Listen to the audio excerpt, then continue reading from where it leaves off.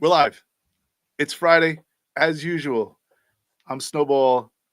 That's I'm Johnny Boy. What's going on, it's everybody? it is Friday night. Uh it is time for our show. What's up? Oh, you guys can't hear, but like I hear it doubled because I have the YouTube show up in the background, so I hear it Ah, twice.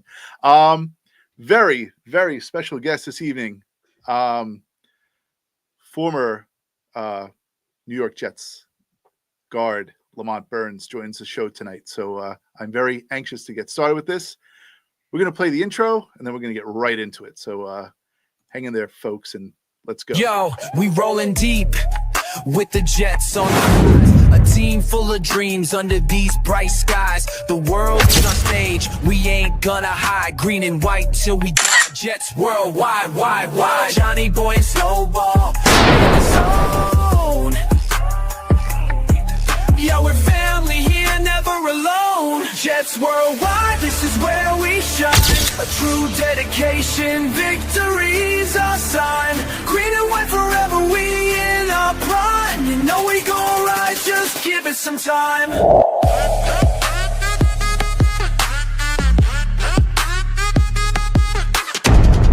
2025, hear the crowd going wild. You know we spitting truth, nothing but style. A city that never sleeps, we going buck wild. Our hearts beat as one. Jets worldwide, wide. Victory's a feeling, we won't let go. We're not going to let go. we will not let go. I promise you. That It's been 1 week since I saw you last. Has anything changed? yes, my daughter graduated from elementary school. I was not ready for all of the emotions that came over me when I saw her say her name and walking the stage and everything. So big shout out to Ride Dog. I'm proud of you, and hey man, keep it going. You know, we're really proud. But I'm gonna have to say this real quick, Snowball. This was a huge get, man. Like you're kind of not like hyping it up as you should. You were like, hey man, guess what? I got an X Jet coming on here. And I'm like, what? Really? And you were like, don't worry about it. I got it. And I was like, all right, cool. So you should introduce him, man. So, yeah, I will. Former colleague of mine helped me get in touch with Lamont Burns, former Jet player, Jet guard. We'll get into it with him, but I want to bring him in. So welcome, Lamont Burns. Hello, everybody. Hello. Thank you. My lighting is not the greatest. I'm trying to fix it. Trust us, it's Lamont Burns. It is him. Once you get settled with some light, we'll don't worry about it. You know, be comfortable, do what you got to do. So listen, we wanted to just start off by saying thank you so much for coming on to the show, spending some time with us, and sharing some information about your past with the New York Jets. Our show is all about the New York Jets, hence the name Jets Worldwide. So we really are appreciative of you taking the time to come on. Thank you. I appreciate you having me on. I hope you can hear me. That intro, man, I'm ready to shoot up right now. The intro was amazing. I like that. That's Johnny's doing. He's the creative genius behind that. So yeah, we want to start the show off with a bang. We want to get people pumped up for the show. So that's why we start with that video. So listen, we're going to jump right into it. Being that you are a former New York Jet player, we wanted to get into your past a little bit. Okay. And start off with we know that you played for East Carolina University. Yes, and how did that come about? How did it come about that you played for East Carolina? All right. I'm actually from Greensboro, North Carolina, and I went to Page High School, which is at that time was a hotbed of big time football players coming out of the Greensboro area. My sophomore year, I was on JV. We went 10-0, and I was moved up to the varsity. That varsity team had about 6 Division I football players on it, not including myself. Wow.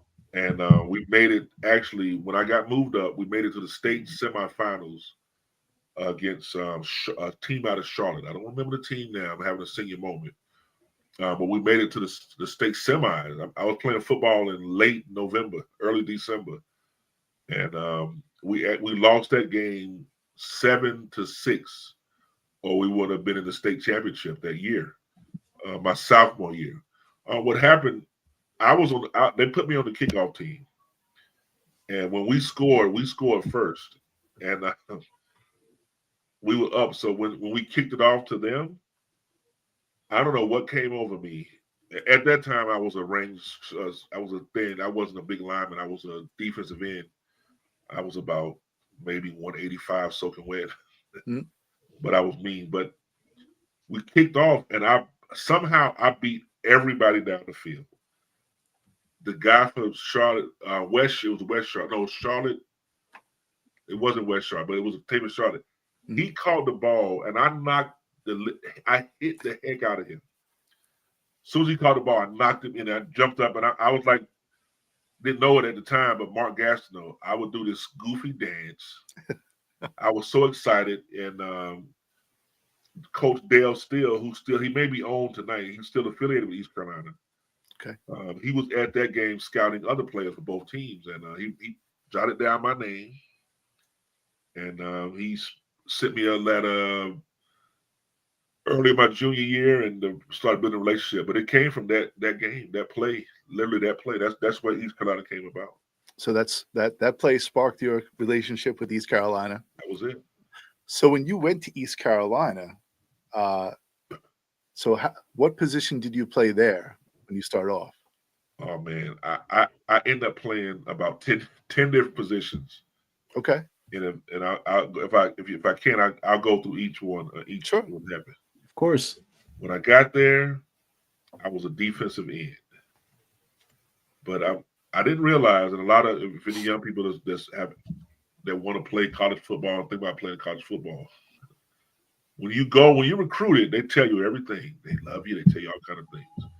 When you get to campus, you realize that there's 6 other defensive ends that they brought in, and from Pennsylvania and Miami, and 2 junior college kids, and so all that they told you, now they told the same thing to another 35 guys, and now you all together looking at each other like, what the heck is going on here?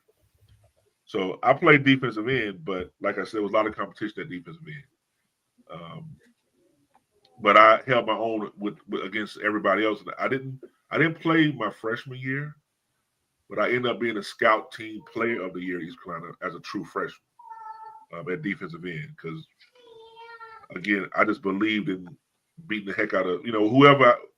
I just love the game of football, and I like being physical. And so when the coach say beat the mess out of this lineman, I'll beat the mess out of that lineman, and beat the mess out of whatever they told me to do. I did for the whole season. In the season, I was a scout team player of the year. Mm-hmm. Then, as a redshirt freshman, I traveled with the team and played defensive end. Actually played in some games as a redshirt freshman. Excuse me. Actually played a few games. Had a sack and a half. The defensive coaches I had put on a few pounds also. The freshman 50 for me. I was going to say, you were 185 in high school, and then when you made it to college. Yeah, I left it out. I had put on a lot of weight over the summer. I worked hard. I was excited about being a scout team player of the year, and right. I wanted to do more. And then I was even more excited, doing camp that year.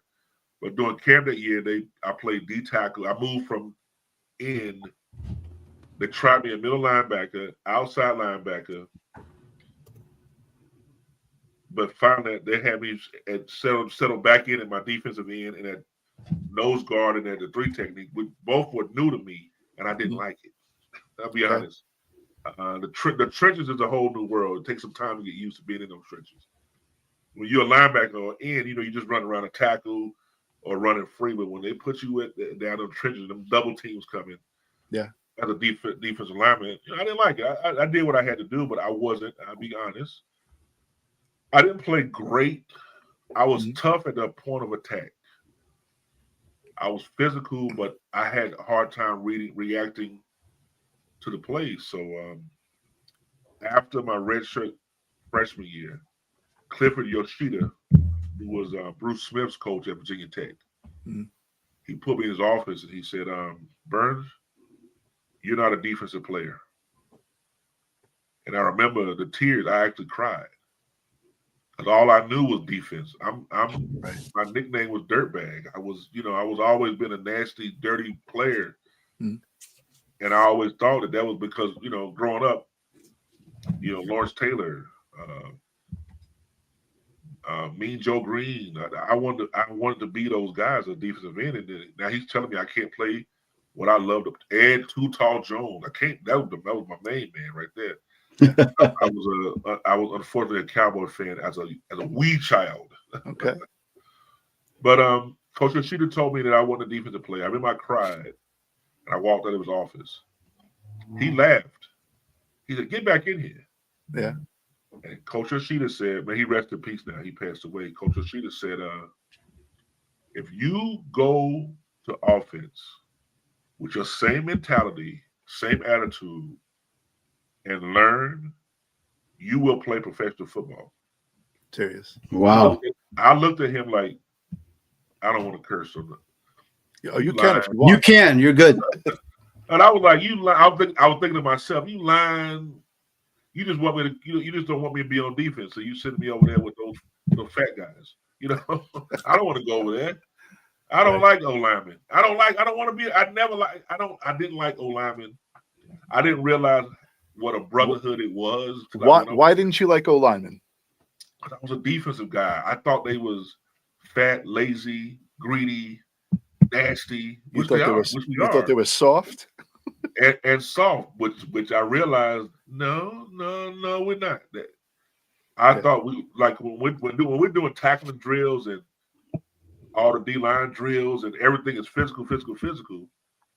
The old lineman will be over there doing foot drills and hand placements and all that. And I'm like, man, they ain't doing nothing, man. When we get over there to one-on-one, we'll get their behinds. I didn't know. I never played it. Even in high school, I didn't. Those guys, we had a great line that year. I'm a defensive guy through and through. But when we went over West Forsyth, there we go. Yeah, it was West Forsyth. Thank you. Yeah. Thank you, Jay. That's Jay. He's our resident historian. Yep, that's it. It was West Forsyth. Gray Bovender was that big guy who caught the pass to beat us. That's annoying, but anyway. But yeah, so I won the ring. But anyway, so I moved to offense that spring football, and my coach was Coach Jeff Jagodzinski, who ended up coaching Boston College. I think he coached at Green Bay. That staff, we had the Ravens, the current Ravens and special assistant was on that. Chuck Pagano was on that staff. Mm-hmm. Bob Babbage. Yeah, Bob. He was a D-line defensive coach. Bob Babbage, who was at Boston, who was at Chicago for a while. He was a linebackers coach. Babbage, yeah. Coach Jags was the O-line coach. He was at Boston College, and then he was at, I think, Green Bay for a while and around. So we had great coaches, of course, who was at Virginia Tech many moves. When I went over there, the linemen, the O-line accepted me like a brother. That was great. Mm-hmm. I digress. They tried me at tight end for about a week before I made it to the O-line. Coach told me to go to offense, so I said, well, I'm not playing the line. So they tried me at tight end, and that's where I got this finger from. How'd that happen? I can't catch. That's all. That's why when we spoke earlier, we were talking about linemen catching the ball. Yeah. Yeah, I ran a Y cross, and that ball came, and I all that caught it. If you're not ready for that ball when it comes in. Yeah, because Marcus Crandall could sling it, man. He played many years up in Canada. But man, I broke this finger. That was the end of my tight end days. Then I went to O-line. They took me with open arms, and they told me eat, man. And I was like, I don't want. They was like, eat. So where were you on the O-line when you came in? I always been a guard. You always a guard.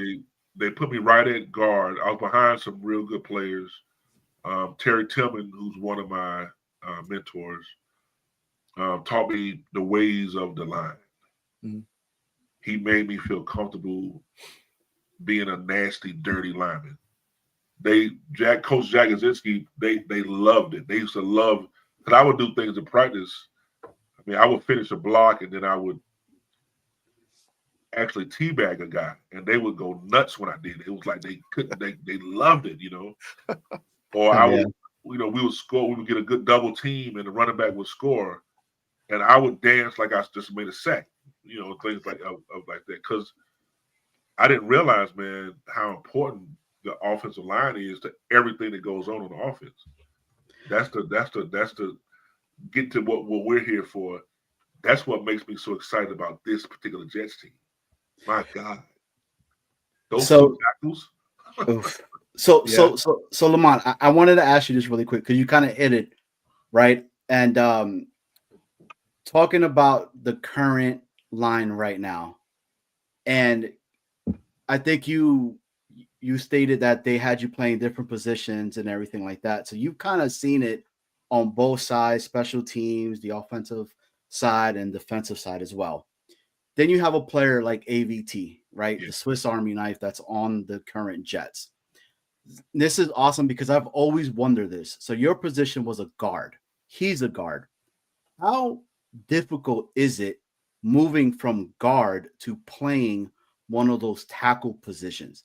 Is it completely different? Is it a lot harder? I mean, he excelled. He did okay from what, you know, everybody was saying. Your thoughts?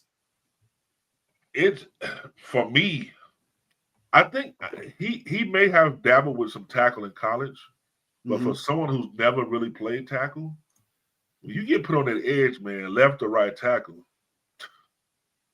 just in drills, in one-on-one drills alone, being a guard, you have a tackle to your right or your left. You got a center to your right or your left. Mm. So a lot of times at guard, you're double teaming with the center on the pass protection, or you have you know that you have a edge three technique or four, and you learn how to set toward that or the run block toward that particular that way. At tackle, man, you can get a linebacker blitzing, you can get a daggum Michael Strahan or somebody that's a great pass rusher, or you can get some of these modern day guys that'll play the run and the pass so good. They set that edge. It's everything is right on you. So if you miss that block at tackle, it breaks down the whole play right away. So and you're like on an I can island. miss a block, and the tackle may clean me up, or the center may clean it up. There is nobody to clean up at tackle. It's hard. So it's all on you. Everything. Right? Everything's on you. So then when you get these players that they're like, oh, we can transition him into a tackle, but he's played guard his whole career, right? Going on to that, that's kind of like a different language almost, right? Because you're essentially by yourself from what I'm understanding. Right. It takes time. I played center also in the XFL. I played center with the Jets. I was the emergency center during my short-lived time at 98, but during that camp, because Ron Earhart, he put me to the side and told me, if you want to play a long term, you got to start taking snaps. So we would work out before practice, and I really appreciate it because I actually ended up playing that in the XFL before the injuries and everything. But a lot of times it takes time. A lot of guys will come in and then you won't hear from them for a year. You hear about a draft pick come in as a guard or as a center or as a lineman. You won't hear from them. That whole year during practice, they get the hell beat out of them because they might be saying, let's put him in right tackle and see how he does for this month of practice. Because when you got coaches, you're preparing for a game every week in the pros, but you also have to develop talent. And you have to see a talent. So you're working a lineman that you bring in. They're working with that kid to play tackle. They may throw him at center for a few plays. They may put him at left tackle. just to see. And again, now you're a professional. So if coach says, all right, be here tomorrow, an hour and a half before practice because we're going to work on your tackle sets the right tackle. Oh, you show up. Because if you don't, they'll say, oh, you show up on Tuesday for to pick up your check. Because you're pro now. Right. You want to show up on Tuesday to pick up your check, but you can't show up to work on your career. So it takes time. It takes a good year, in my opinion, as a coach, I'm saying, to take a kid or a player on any level from that's been a guard, or center, to learn all three. You get a guy that can play all three, that guy can stay in the league for 10, 15 years. And you may never know him and never know that he's on the team. But they always got a roster spot for a guy that can play all three positions. Right. What about the transition from like being a guard, like right guard to left guard? Is that difficult to learn? It wasn't difficult for me. It was just different, if that makes sense. Yeah. Because like I said, now okay, I got help on the inside. So if I pass set or run block too hard towards the three technique, he beats me inside, I have center help. Okay. So you just adjust your angle of attack and your stance. It's just getting used to that stance and your angle of attack. It's hard for high school kids. My God. Yeah. I just tell everybody, listen, just get in the stance, please. Just come off the ball. I don't care if please come off the ball. Just stop worrying about left or right. Right. Because everybody, when we line up, everybody want to line up at right guard. I'll have 3 right guards. Nobody want to play left guard because it's left guard. I'm not left-handed. So I had a lot of friends that played, right? And I always ask that question, the transitioning from right, left, or transitioning from a guard to a tackle, or from, playing offense into defense, right? And they've always told me this. Now, this is Friday night, okay? So it's we sometimes we kind of go off the wall here, but it's okay. It's Friday night, all right? So one of my really good friends would always go and tell me, he's like, imagine cleaning yourself with your right hand, and you've been doing that your entire life. Yep. And then somebody says, now you have to do it with your left. You're going to mess up, and you're going to have some spots there at times. And people are going to be thinking you're funky. Okay. So, and I feel like that's what you're kind of like saying in regards to that. Right. So when people were like talking about AVT, and because, I think if I'm not mistaken, AVT right now is up for his contract this year, if I'm not mistaken. And yes, people are like, oh, but he could do this. But everyone kept saying that this guy could be a Pro Bowler at the position he's at right now, which is staying at guard. So you just said it. It's completely different going to tackle because you're really by yourself. The guard is the individual that can clean that up for you as well. So that's truly, truly, truly awesome to hear you say that. I mean, you've been in there, it, right? And playing the different positions that you continue to keep what you did back then, it's awesome. So let me ask you this question then, right? All right. When did you feel as though you were ready to play in the NFL? What was that moment that you were like, I'm ready? Honestly, I didn't. My story's a little weird, man. I'll be honest. I wasn't going to come back for my senior year of football.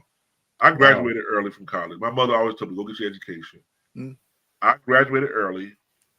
I interned at Wendover Funding and I with Fannie Mae's Summer Scholars Program. I was in DC interning. I was going to take a job in my hometown. I have a daughter. I had a daughter in high school, Monique Talley.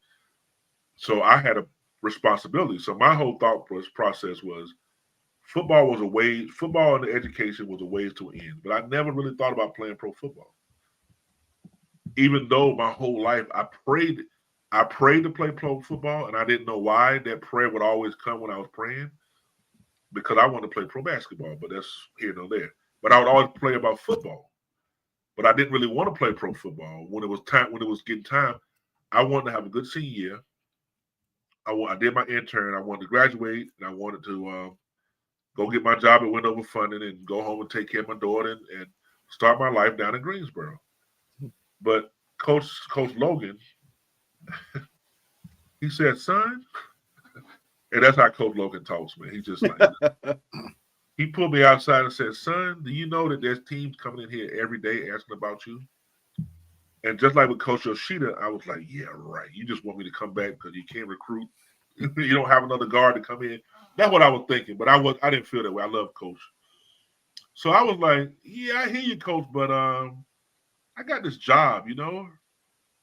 And he said, "Son, are you understanding what I'm saying to you?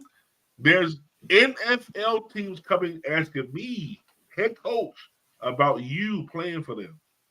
And I was like, "Oh, okay, yeah, that's great. But I got this job." And so he pulled me in. He said, "Yeah, you're playing it. You're going to keep playing. You're going to finish. You're going to do things for this university." Because he had it so many other way. He was like, "If you play, just give it a shot. Just see what happens." Can you imagine somebody having to tell you, "Hey, man, you can play pro football." You're like, "Nah, I'm okay." Can you imagine somebody? Come on, man. But that's just me. But that was you. Yeah. That's so amazing, I came man. back for that senior year, and we had that conversation well before the end of my junior year. I was having a pretty good year, but I think my measurements people liked in the way I played the game at that junior year. This was actually toward the end of the junior year.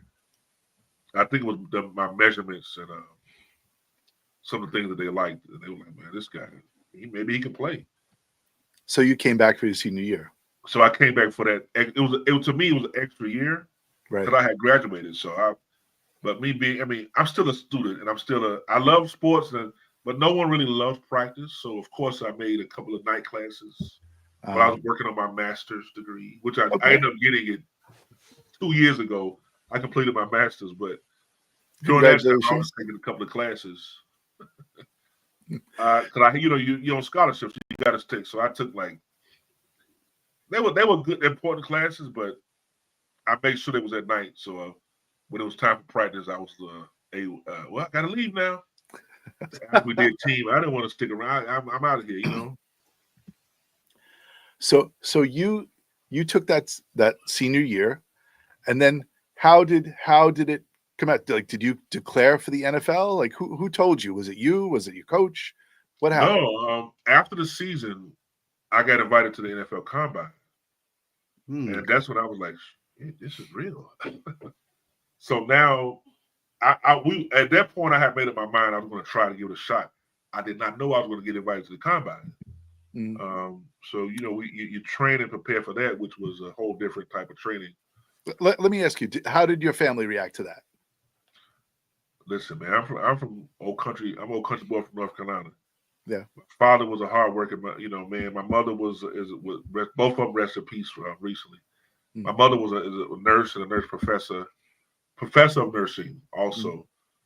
I'm the youngest of 5. So I was just I'm the baby of the family. I was just kind of doing my thing, you know. Yeah. Pops was working, but he knew I played. He knew I was pretty good. Loved to come to the games of East Carolina, but they didn't really know that it was transitioning towards this NFL thing. They were just happy that I played at East Carolina because my mother her family is from Eastern North Carolina. So I was there close to my grandfather. I had family that was right there. That I drove past East Carolina a million times, and to play at East Carolina, it meant a lot to my mother and her family that's down in Little Washington and Blunt's Creek area. So they were happy, but I think my friends were more excited. They kind of understood what was going on with it. They were like, "Man, you're good," and I was like, "I'm all right." I had guys that played at North Carolina A&T. I had friends that played at State, UNC, guys that I played with at Wake Forest. Yeah. We had guys that played at other schools. They were like, "Man, you ain't the same old." But my nickname was T-Bone. You ain't the same old T-Bone that you was in high school, man. You really good. And I was like, yeah, I'm good. Thank you. I'm just was always humble. Even now, I'm just humble. I don't, Right. So then you went to the combine. Oh man, the combine. Hey, so and you've seen how the combine is now, right? So tell us how the combine was back then compared to the way it is now. And do you wish things were as they are now, or did you like it the way it was back then? I'll answer that for. I'm old school. Keep me with the old school. Yeah. Keep me with the old school. Keep them cameras out of there. Keep all the interview. Keep all that mess out of there. A lot of drills and stuff are the same, but it's just become so much. It's so media driven. Right. It became such a thing. My agent did prepare me for that. To prepare for the media part then, as opposed to now, you always have to prepare for what you're going to say to the media. Shador Sanders, you almost have to prepare for that part, more than you prepare for the on the field drills, because that's such a big part with these GMs and coaches. They want quality guys. It's changed now. They want a quality guy. They want you to be about football. When I was in the combine, it was more. I'm from North Carolina. It was simple, but you still had to be. I learned the raft of the New York media and Bill Parcells, but that's another story down the road. I learned that training you need, but I lost my train of thought. I'm sorry. Oh no, you're talking about being prepared for the media. Oh, being prepared for that combine. I rather had an old school way. I call it combine the meat market. That's what I call it, because again, now I'm old lineman now. Now I'm 285, 290. Right. And it's different now when the O-line come into that room. We were at Indianapolis, and you got all the coaches and the GMs and everybody sitting in the stands, and they bring in one of those big cow, I call it cow scale. Right. And you stand there with your drawers on. Listen, it's cute when the running backs and the DBs and when you get those line up there with some drawers and slides on, man, it's not a pretty sight, man. It was bad. We had one guy, I'm not going to say his name. The guy was 390 something pounds. It's a big man. From Florida A&M. Tech guy, look him up. You know who? Look up the big guy from Florida A&M night the draft. He'll find him. Uh-huh. And there was another guy. There was a couple of guys. I was there this was the year with Orlando Pace was there. Okay. And I remember standing beside him and looking at him. Now, see, he looked good in draws as a lineman. He was tall and lean. I was pudgy. That's what they wrote on my agent showed me the note. Pudgy. But I was thin my whole life, so I had to put on weight. You don't put on weight when you're trying to put on weight eating different things. A lot of stuff's going to go to the middle, especially when you're a lineman. And they're telling you to eat everything. But the combine was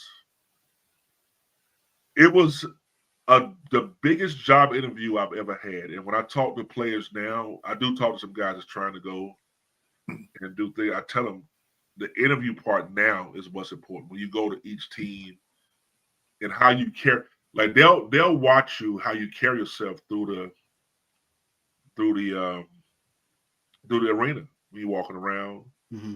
Now, what got me before I had to run my 40, my Wonderlic test, I knocked it out the box because listen, I'm a nerd. I'm smart. I've always been a good student. My mother's a doctor. She always. And Lamont, real quick, what is that?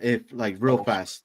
The Wonderlic is like a SAT, a harder version of the SAT for people who don't study for the SAT, who are not really preparing for it. It's a test to see your mental capacity. That's the best way I describe it. to me, it didn't bother me, but some guys got 7. There's some starting quarterbacks that got 7 on the one league. Okay. And I'm like, how can you be a starting quarterback? You could ask those easy questions. That was me. And it helped me, when you handle a playbook like this, the first day of camp, and they say, I'm going to go over the first 10 plays tomorrow morning. You're like, what?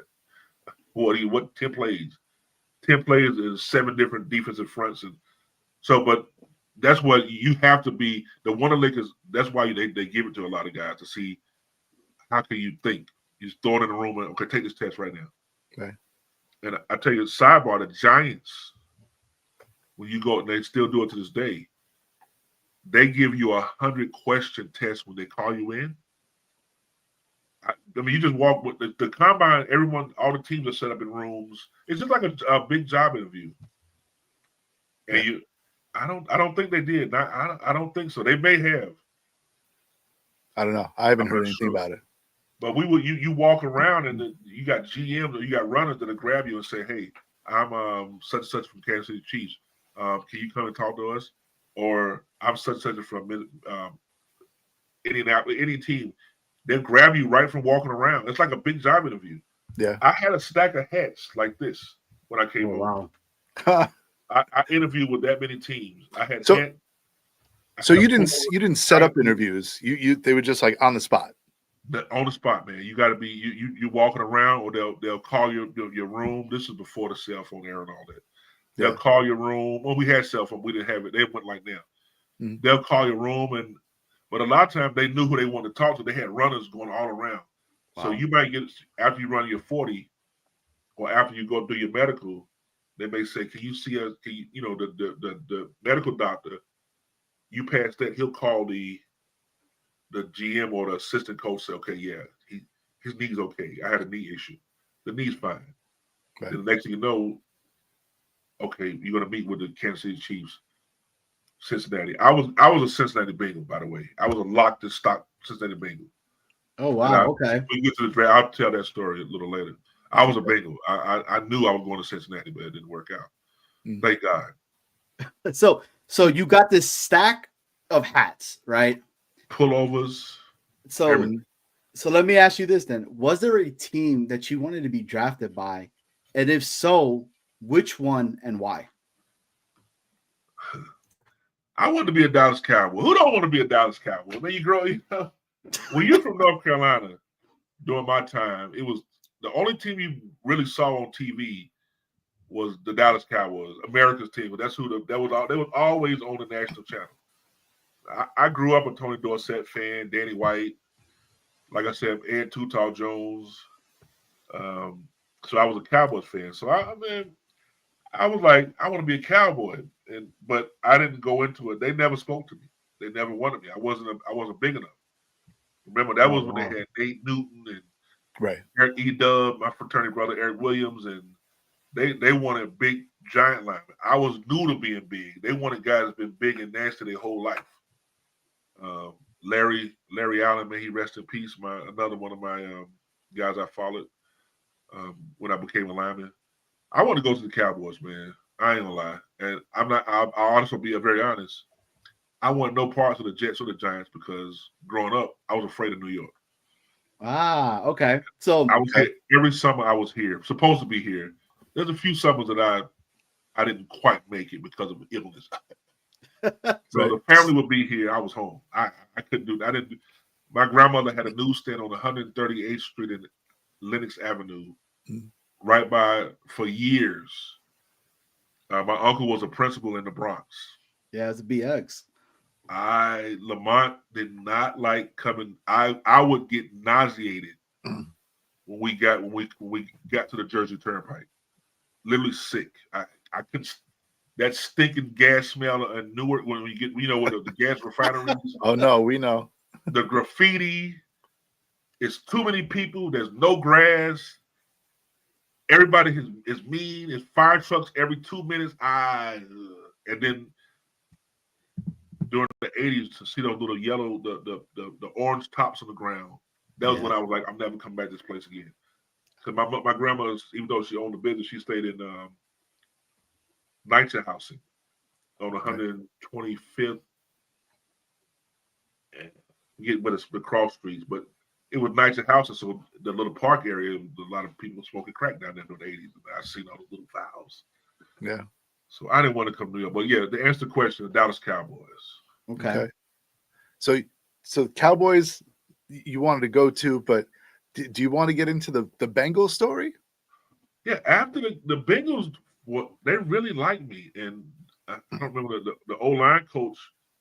We became like, he took a liking to me. We were like cool. He flew to Greensboro twice. Once he came down, he met with my agent, met with my high school coaches. He went down to East Carolina and talked to them. Mm-hmm. The second time he came down, and me and him, he came to my high school. He worked me out, took me to dinner, and told me, "Look, I want you. I'm going to get you. We have a." He said, "With the way they do it, I forget his name. He was a real nice guy, man. Yeah. He was like, the way we do it on draft day, we go by, we look at it, we have a board, we have certain players, and we'll go through, okay, the D-line, what our primary needs are, what our secondary needs are, based on the first round, second round, third round." He said, "I have you slotted either with our second round or our third round pick." Mm-hmm. No question. And this is at dinner, and I'm like, man, really, And so I gave away all my heads except my Bengals head. See, you don't know how this stuff works. I thought because he said that, and that's what he said, I'm going to the Bengals. Okay. You can go anywhere when you get drafted. I never spoke to the Jets. Uh-huh. I didn't spoke to the Jets in the combine. They never talked about agent. I never had any. I had no idea that I was on the Jets radar. Okay. So that's sort of that goes to say so. But I thought I was going to the Bengals. Then the draft came, and it didn't work out. Which I can talk about the draft, and we can get to it. I got to get some light in here. Hold on, give me one second. Okay, sure. Yeah, no worries. Go ahead. So we'll take this time to we'll run a commercial. We'll be like, we will tell you that better. That's a little bit better. That's a little bit better. Do you have your it's more of the like towards like the face part of it? Yeah. I got another light. Give me one second. Okay, that's cool. Yeah. If you got a light on that side of the room, that'd be helpful. That's what I didn't do. I'm sorry. I apologize. That's okay.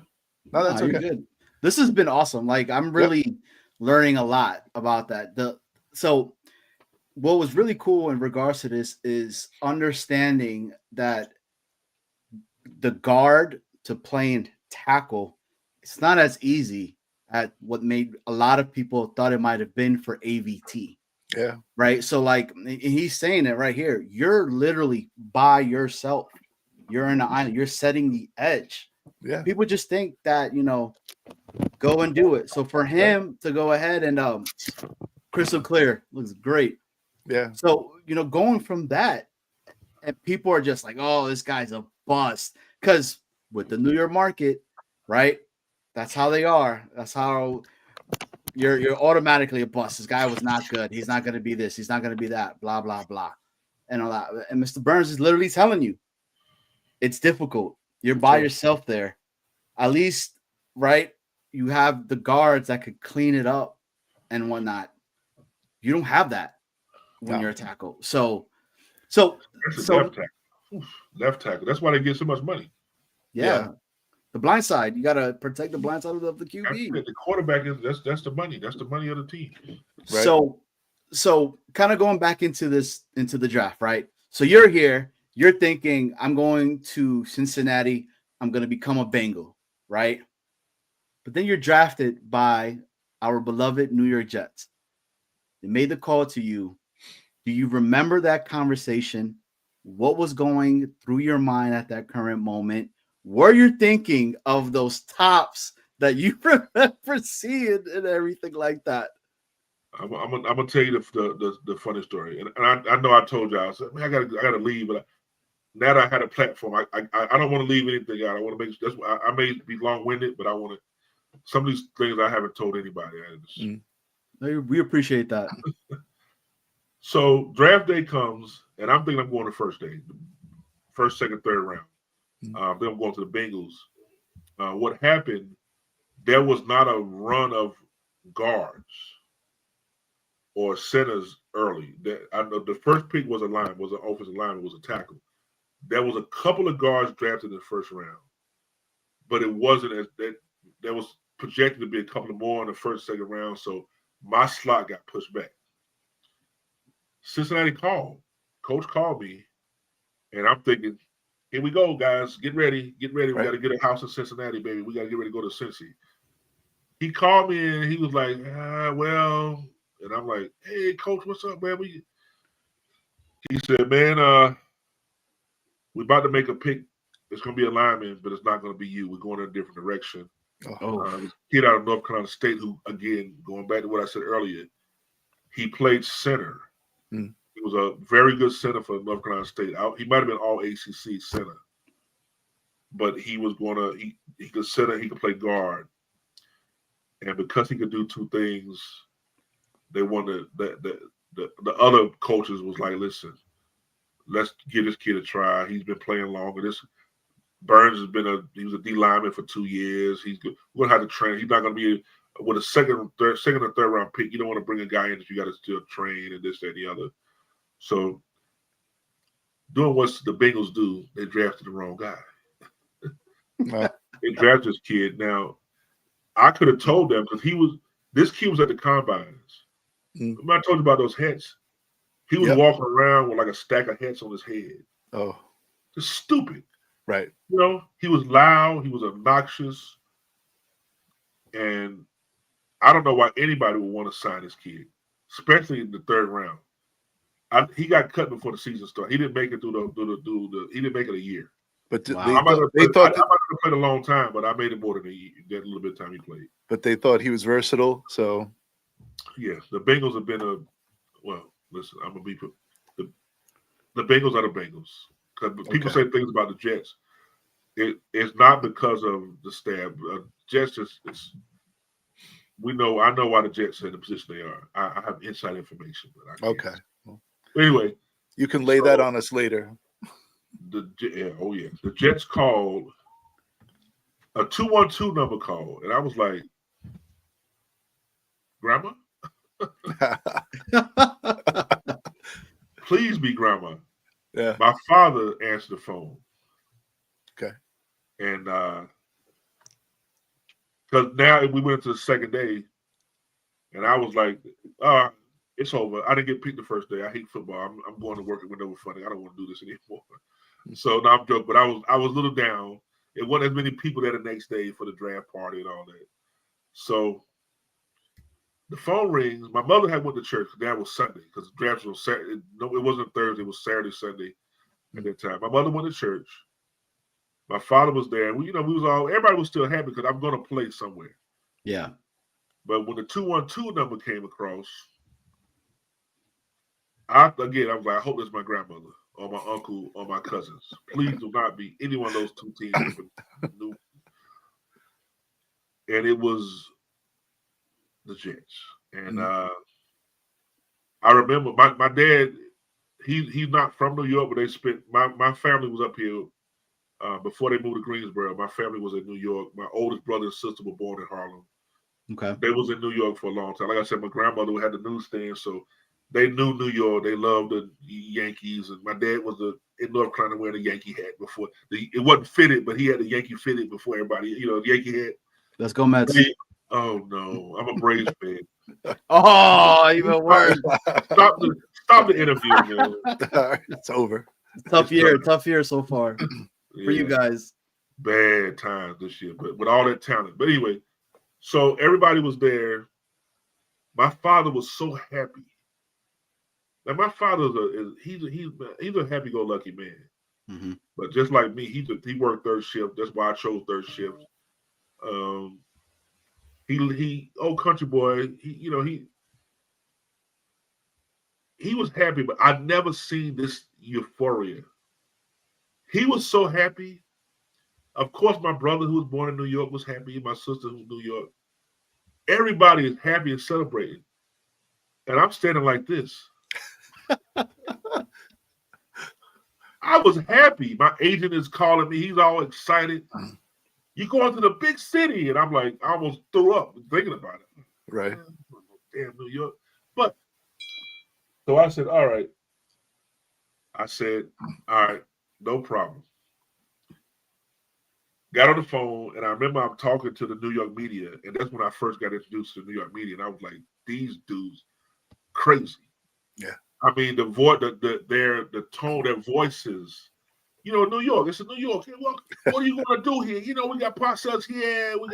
You got to come up here. We need old lineman help. We need, we got to get Adrian Morrell 1,000 yards. I'm thinking to myself, what is going on here? Yes, sir. Rod Payne. Rod sticking Payne. Hi, Rod. Hope he's all right. Hope he's having a great life, but he didn't make it.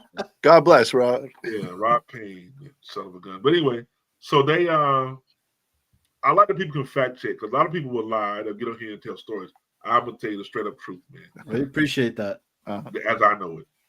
So I got on the phone and I'm media staff. My agent David Joseph, he prepared us to talk. Yes sir, no sir. I'm excited. I can't wait. Even though I had a pit in my stomach, I can't wait to go. I'm so excited. I'm glad to be a Jet. Yeah. I knew nothing about the Jets.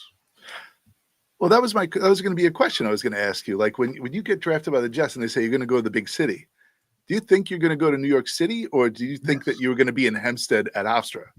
I thought I was going to get dropped in the middle of Brooklyn on some street corner in a high-rise building with fire trucks coming out and rats the size of football defensive linemen. You know what I'm saying?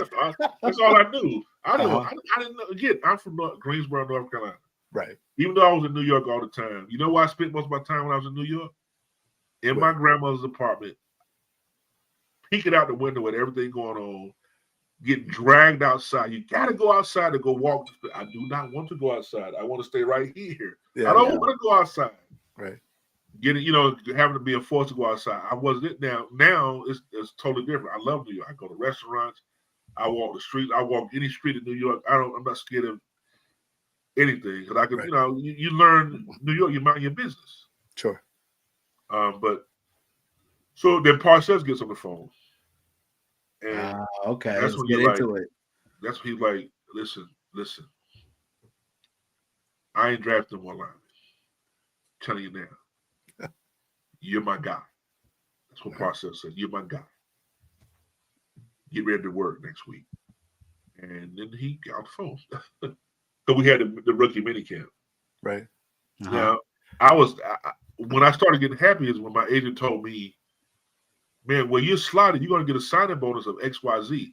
That's when I was like, hey, baby, New York, we all right now. I was okay. You got to remember, it's not about where you live in. It's not about – I'm a professional football player now. You know what I'm saying? So then, of course, there happened the excitement. But I just remember my father – It's funny now because he ended up being a double amputee. But I remember him getting off the phone and he had one leg and one pants in one leg. He was literally hopping around trying to get his pants on to go get out to go celebrate and tell everybody that I got drafted by the Jets and my son will be in New York. And he was so excited about it. He was gone. My mother came home. She didn't know what was going on because she was at church. She had went to pray. And she just prayed that whatever be will be. And it's a blessing to her that I was able to come here and be around her, her brothers and her mother and her, when she went to CCU, City College and the high school up here. It was good for her for me to be back. Everything came full circle for the family. And it was a blessing for them for everybody involved, Right. I don't want to get emotional. Well, no, I mean that's awesome. Like so I play sports, right, as well, and both my parents, they worked very like a lot, like crazy, right? It's 5 of us. So I'm on the same boat, and I'm the only boy. It's all girls, and right. So I was okay, right, but like what I did was a lot more different. Like I was a lot better. I boxed. Right. Okay. So Kennedy Park. Yes, sir. Kennedy yes, Park, sir. right. Yes, sir. So And I remember like my dad going to see my like one of my first like actual matches, right? And like I knocked the kid out. Like I knocked the kid out. And my dad was like, so pumped, like Oh, just getting up and just being like that. And then I remember my mother, and this is the only match that they had ever gone to because, it's my mom can't see her only son getting punched in the face. I was one of those guys that I would try to let the boxer, like I would want to feel his power. So I would let him hit me around here, hit me around yeah. here, and everything like that, right? And there's nothing like that feeling you get from your pops that's always a hard worker that's constantly working. I mean, my dad had me when he was super young. Like I can't imagine being that young and having to raise a kid already and all that and provide, and during that era as well. And so with that being said itself, I'm completely relate to you to that as well. Like, I could only imagine. Because it is very difficult to get into the NFL. Yeah. I forgot what's the statistic in regards to the percentage of people hard. that really get into that and everything that you've had to go through to get to just that point too, with the testing aspect of it, with the media piece of it, of everybody interviewed, throwing you left and right, you thinking that you're gonna go from the Bengals to getting a phone call from Bill Parcells affirming you and saying you're my guy, right? Get ready to work. First day, you ready to work? Right? Get ready to work. That's amazing. So let me ask you, when you came to New York, where did you live? When I came to New York, I remember getting off the plane, and I was like, man, where we going? What is Hempstead? What is a Hempstead? I don't know what a Hempstead is. Right. So we came to Hofstra first. So we stayed in the Netherlands dorms. Right. And when I got to Long Island, I was like, this is North Carolina. That's it. I see trees. I see buildings. I don't see the tall buildings. Mm-hmm. I see regular neighborhoods like in Uniondale. I drove through around Uniondale. Right. Mm-hmm. I said, hey, they got what is this place called here? They got a McDonald's. There's a McDonald's on the corner. There's being in Hofstra was like, this is cool. So that took that fear was off of me. I was like, man, this is cool. Yeah. But I digress. And I went to 7-Eleven, Johnny Boy. I went to the 7-Eleven and I looked across. I was like, what's that yellow building over there? And they said, that yellow building is the building you don't go to ever. Okay, my man. And I was like, why? And then we went down further and I was like, oh, I want to go to that restaurant. It's called the Taste of Honey. Mm-hmm. No, you don't. No, that's not a restaurant. Son. That's not a restaurant. you learn early. No, you still in the city area. This ain't the country. You think you got to be careful where you go. And they told us, try not to go down by Johnny's neighborhood. They said, try not to go down that ways. Certain things that. Well, we went anyway. We went to the. I don't know if you know the Bucket. You ever heard of the Bucket? Back in Hempstead. I think that's before. Yeah, that's before my time, man. But I mean, in Hempstead is where a lot of the clubs were at. A lot of the different bars were at. That's what I told you. That's my ex-wife. Now we went, but I became a city guy right away. Yeah. I was you might as well name me the 13th member of the Wu-Tang Clan, because that's 97. That's when they came. They was hot, fired. Right. So I was like, okay, I'm here. I'm going right to the city. So I didn't hang out. I never. They said don't go that way. So I went that way. So you went that way. I went to Harlem. I was in Harlem. I was everywhere, but doing that. Let me tell you something. I fell in love with New York. That's why I'm still here. Part of the reason, but I fell in love with New York that summer. The freshmen, when we all the rookies came up there, because my family, we traveled a lot. We did a lot of different things. But so I was always around. I wasn't sheltered and stuck in North Carolina. But I was old enough now to come to New York and go to Long Beach for the Greek Fest. You understand what I'm saying? That's something. In my own car, or to go to with my speakers and everything, or to take a ride to Dykeman, or it was more than just 125th Street. I was in Canarsie.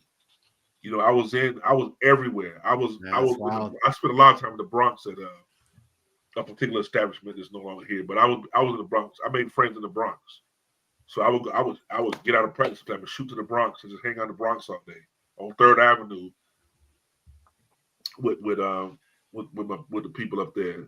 I took a liking now I took a liking to the whole the grimy of it. I wanted give me the grimy, throw me in the mud of New York. So you went from get me away from Midtown, get me North to Carolina to the grime. To the grind, baby. Right. And I loved it. I fell in love with the whole New York. And so to this day, I like it here. I still like being here. You came in for rookie minicamp. Did you room with people? Like who are you with? Like I know like Dedrick Ward was. I was close with Terry Day, Terry Day, and Rick Terry. Rick Terry. My lineman was that I came in with was my boy Jay Haygood. Shout out to those fellas. But I roomed with Terry Day. Okay. And if you speak to Terry, because I'm hoping to let a lot of the guys know about the podcast and try to get them and give the opportunity for them to come on. That'd be amazing, man. That'd be great. But Terry will tell you that I snored so loud at the Marriott. He was like he couldn't get any sleep. He was tired. He was a D lineman out of Mississippi State, and Rick Terry was an O lineman from the North Carolina Tar Heels. Who else about that draft class? So I have a list of them. So Rick Terry. That was the first. That was our 2nd round pick. So Dedrick Ward, Terry Day. Ferry was our first. Potsy. Excuse me. We call him Potsy. James Ferry was our 1st round pick. That was my buddy. And then Leon Johnson. Leon, another North Carolina Tar Heel. I don't know. They were getting all the boys out of North Carolina, I guess. Yeah, and Lamont Burns. You might know him. And then Raymond Austin. Ray Austin, he does acting now. He does a lot of acting and things like that. Yeah. Then I think Chuck Clements was a real good friend of mine. That was the quarterback, 7th round pick. Yeah, Tim Scharf. He didn't make it. Chuck Clements. Yeah, Chuck was my boy. Me and Chuck played together in the XFL, as a matter of fact. Steve Rosga. He didn't make Jason it. Ferguson.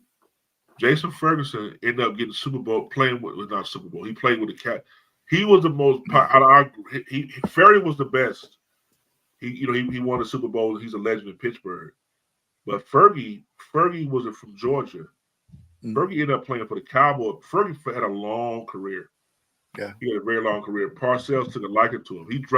He was really a highly rated player. He dropped in the draft because of, I believe, some personal things, but he was so hard to block. My God. Yeah. I was like, how the hell did they do the 7th round pick, man?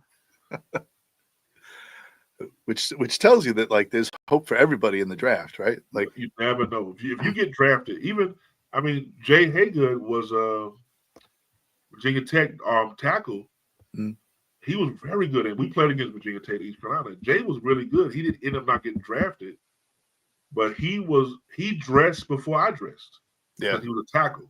Oh, so wow. There was games that I wasn't dressed. He was dressed as a tackle, as a non-draft pick. So it's hope for everybody. So right? so Lamont, so that's kind of what we were talking a little bit earlier in regards to, right? I feel like North Carolina, Virginia doesn't get enough love in regards to a lot of the professional athletes that come from this area. Like, and there's a lot that come out of here, and it's never really talked about. But I want to ask you this, right? So you're there with the Jets now, right? You're rocking with the Jets. You probably just caught some brand new Tims on over there, right? Because that's that era, right? I brought the wrong ones first. I brought the butters. I brought the all butters. I didn't get the butters with the black top on them. So Yeah, you were getting made fun of, Yeah, right? oh, Yep. by the Big by the time. people in the city. The Yep. other guys on the team was like, man, you're cool. Because we was wearing, man. But the people in the city was like, what the hell, man? No. Come on, man. Let me take you to Jimmy Jazz. I went to Jimmy Modell's. Jazz. I thought Modell's was cool. Give me those boots over there. I want to be those work boots, you know. Right. So, like, yes, sir. so you're there now, right? And then you're seeing a lot of like players and everything. Now, our coach currently right now is Aaron Glenn, G, yes, sir. right? Yes, sir. So I wanted to ask you because a lot of people they know Aaron Glenn as the player, but they don't know Aaron Glenn the person and everything. So I say that to ask you this: did you have any memorable moments with AG? What was your first interaction with AG? Really, just he had an aura about him in the locker room. That year was he made, if I'm not mistaken, 97. He was a Pro Bowl. That was his first Pro Bowl year as a Jet. His aura, just watching him, we would call pass plays, and I mean, look, I got Keyshawn, I got Wayne Corbett, I got Alex Van Dyke. We got some. We could get the ball. I got we could sling the ball around, but it was no fly zone over there. It was no fly zone over there on Aaron Glenn, but he wasn't a big. With Keyshawn talking, Aaron AG reminded he was more of the Wayne Corbett of the defense, in the sense of he went about his business as a professional. Right. He wasn't a guy to break you down. That's why it's funny to see him doing it now. He wasn't the guy to get in the middle of to break it down. We had Marvin Jones for that. We had a lot of guys who had personality to do that. Yeah. But he was the best guy on the defense. And Marvin was great, and the linebackers was great. Right. Mo Lewis was there, Pepper, right? My brother Mo Lewis was great. Uh-huh. Pepper was there, broke my nose. I still owe him one for that, Pepper. But they were all great. But AG was just he was just so good and he was a competitor. When they did one-on-ones, he wanted to win. When we lost games, he wasn't smiling and happy after the game. He went, I want to win. He always wanted to win. Yeah. And that's what I didn't have a lot of interaction with him being an O-lineman and being a DB, but just the time he was around, he was just a positive guy, man. So then you have Parcells, right? And Parcells already called you and said, we're going to work, right? Can you describe Bill Parcells as a coach? Like any memorable moments that you had with him? Oh yeah, I got a real good moment. I'll tell you. And I'm a storyteller. My guys will tell you. Parcells, he liked me. Honestly, I can't. I don't have anything bad to say about Coach Parcells. I actually mimic a lot of his coaching style. Like I said, I've been coaching 25 years, so I've taken things from each coach. But the thing that I've taken away from Coach Parcells and actually Coach Belichick and Mangini and that whole staff, if you know anything about those teams, they're prepared for anything. We prepared for everything.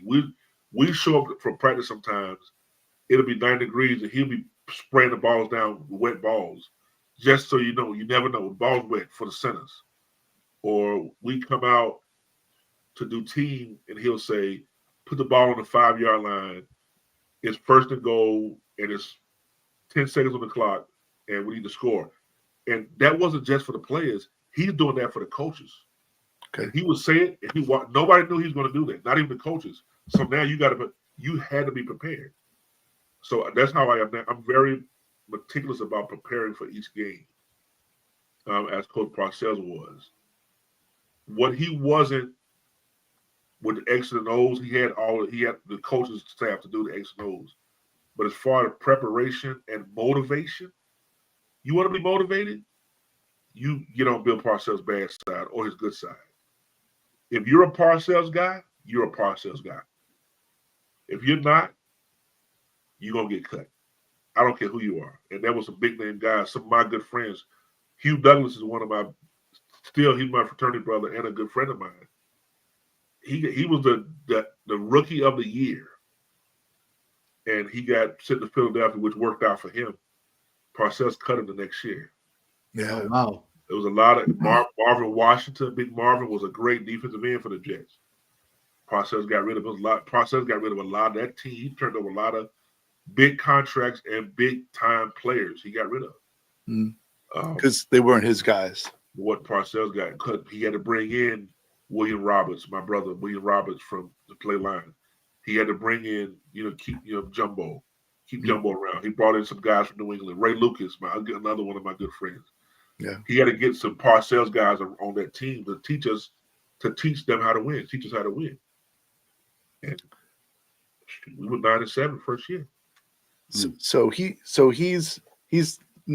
more a mental coach than an X's and O's type of a guy. X's and O, if you look at the staffs he has the best coaches for that. Belichick was the best defensive coach. I mean, Charlie Weiss, head coach of Notre Dame, for Christ's sake. He was the offensive coordinator. Mm-hmm. Pat Hodgson. I mean, that staff was full of head coaches. Romeo Crennel, my main man. Look at the staffs. Everybody was a head coach. Yeah. But they learned how they might have been a little more X and Ozy, but Parcells knew everything going on. He might not could call, okay, first down to this, but if it's 3rd and 11 and he sees the safety limping or somebody hurt, he knows I'm gonna go right at him. He'll tell the coaches, go right at this guy. He's prepared for everything. Literally everything he's prepared for, and so are his teams. So you said you had a story about Bill Parcells. Was it about spraying the balls down, or was there something else? No. Like I said, me being an old country boy from North Carolina, man, and getting that Hofstra, man. About I'm running with the 3s at this time, rotating in with the 2s at some, because right before the first mini training camp, the starting guard, Harry Dirk Galbraith, may he rest in peace, he decided he didn't want to play that year. So I actually moved up from the 3rd to the 2nds in a lot of the reps. And we was at practice now. It's Hofstra. Look, man, I went to East Carolina. We didn't have people at practice. Greensboro, we didn't have people at practice. No. So it was a lot of people over there at practice. Mm-hmm. It was some fine, it was a lot of nice people. It was people over there, like literally right here. So we're doing team offense, and we're running, we're running plays or whatever. So I got into the old college habit. Okay, so-and-so is going to run the first 4. I'm going to run 2. Then another guard will run 2. I think it was Lonnie, or so. Matt O'Dwyer. He'll get his reps. So I was like, it's not my time. So I'm scouring the class. I'm looking at the stands. I'm like, man, these people are actually at 12:30 on a Monday, hot as hell. They're sitting here watching us practice football. This is crazy. Welcome to New York. And I felt the presence around me. And Parcells had slowly walked beside me. And he said, Burns. I said, yes, sir, coach. He said, what was the last play we just called? I said, I don't know. Oh, my God. He grabbed my helmet. My father was tough. I've never been cursed. I'm a grown man. I'm a big guy. He cursed me out so bad in front of everybody. And all those stinking fans that I was like, I don't mean stinking. All those people I was looking at and waving at, they're laughing and they're cheering Parcells. That's what you come to see. Yeah. You want to see Parcells go off and do his thing. Oh, he ripped me up. He cursed me out so bad and told me that you're here to be a professional. And the last thing he said, and that it had to be, it felt like a 30-minute hour. Last thing you said is, I will send your ass back to North Carolina on a blanket Greyhound bus. Oh, Jesus. Damn it. And I mean, you know how you get that feeling? I was like, oh man, I done messed up now, man. Mm. And he storms off, and now he grabs Coach Muir, who was the O-line coach. He curses him out. I invested in this son of a blank. Your ass will be gone too. He cursed out Chuck. He cursed out that because wow. I learned from being around him longer. He looks for stuff like that to get himself going. Mm. He's not naturally that type of person, even though people think he is. But when he finds something like that, oh man, we call it the rock in the shoe day. I'll be fired up. We call it rock in the shoe day. Jumbo and them told me he would come to work and put a rock in his shoe when he was a Giant coach. Yeah. He'd walk around limping, and they were like, "What's wrong with you?" And then he put a rock in his shoe just to get himself pissed off. So he tried to find a way. So after he ripped into me, now the whole practice turns. Yeah. So now that all the coaches are on point and the players are going, and he's standing back with he's mad at everything. He's throwing this thing. It just became it jacked up. So I mean, he scared the hell out of me. I thought I was getting to sit home on a Greyhound bus. Which the terminal is right there. It's right there. Yeah. It's right in the stead. So he had a ticket for me. So you have Parcells doing all of this right now, and this is amazing. Actually, this is really cool that you're telling us all this, right? So, how involved was Parcells with all the different positions, like with the O-line, with the defensive line? Do you see a mirroring of what AG is doing? Because I saw that at the OTAs. He was everywhere. Parcells was everywhere. You have a bad rep at one-on-ones, he's there. He said, what the hell's wrong with you? Can't block? Did somebody get beat? You hear him, hey, Keyshawn, catch the ball. Wow. You hear him say, hey, O'Donnell, because he was loud. O'Donnell, your read is the 1 to the 2, not the 2 to the 1. Coaches, don't you coach this guy? This is Neil freaking Donnell. He just played the Super Bowl. Right. Curse him out, you know? Right. He's omnipresent. You can't get away with anything. Poor Coach Sweatman, my main man. He loved to be at special teams because that's how you build your foundation, especially with the point. Oh man, to kick up this. Oh man. Actually, I ended up getting cut because I could not. I was having trouble. One of the reasons I got cut, I was having trouble my second year with the Jets at the wing, being the wing on the PATT. And I pissed Coach off because of that. I don't know what I did. I don't know what I was doing wrong, but I pissed him off, and that was the final piss off. I pissed him off a few other times, but that was the final straw, and I got cut, even though he brought me back because I was like his son. Right. He cut me, and he brought me back again. I got, he brought me back, and he had to cut me finally for the final time. But Parcells, man, he was tough, man. He was tough on everybody. He was tough on Belichick. I was gonna say, was he tough on Bill Belichick? Because we hear that there was a lot of heat. A lot of. It wasn't tension. Now that I've been coaching so long, it was just professional. It was professional banter. Yeah. But because they both was the defensive gurus or whatnot, they seemed to get along. But Belichick was just it's quiet. Belichick, when I was there, Belichick and Eric Mangini was like, I was like, these guys are weirdos, man. That was just my thought because they were together. Again, I was young. Now I understand why. They were together from sun up till sundown every single day. Man, that's why Mangini literally started to act like Belichick. Really? They would eat the same thing. They was on the treadmill together. They would eat, watching film all day, every day. Just them two.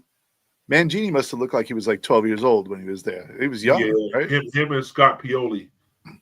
And what's his name? The other quality control guy. He ended up being the Cleveland Browns coach for a while, O-coordinator, Pittsburgh O-coordinator for a while. He was there.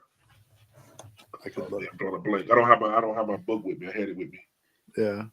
So Lamont. So then now, right? We're gonna fast forward now, right? And we're at present time. You have AG. Yes, sir. So everybody calls him AG. I'm seeing that's the trend. Listen. Everybody calls him AG. So Aaron Glenn is now the head coach of the New York Jets. What are your thoughts on that? We're bringing it back. He now AG not only was he was just with Detroit, Right. and so he was with another coach who was similar in that tough mentality, but Aaron was always a tough guy, but he learned a lot from Parcells. He'll say he learned a lot from coaching under Parcells. He's going to bring back that mentality of do your job. Do your job, do it my way, or you can go. So you're going to see people realize, man, oh, Coach AG is cool. Yeah, he's cool, but you're going to do your job and you're going to do it right, and you can go. This Jets team will be, and I'm not knocking the coach that just left because I kind of liked him. Mm. This team will be very disciplined because AG was very disciplined as a player.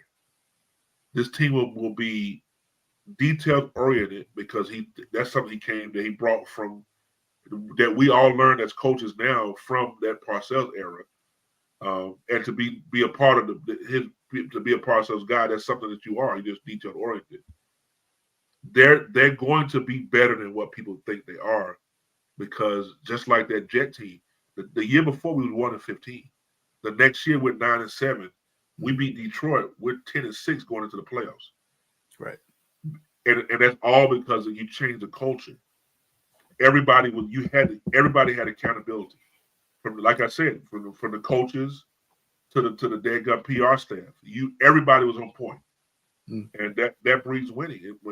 If everybody's a true professional and knows their role and realize you can't be replaced, I don't give a blank who you are.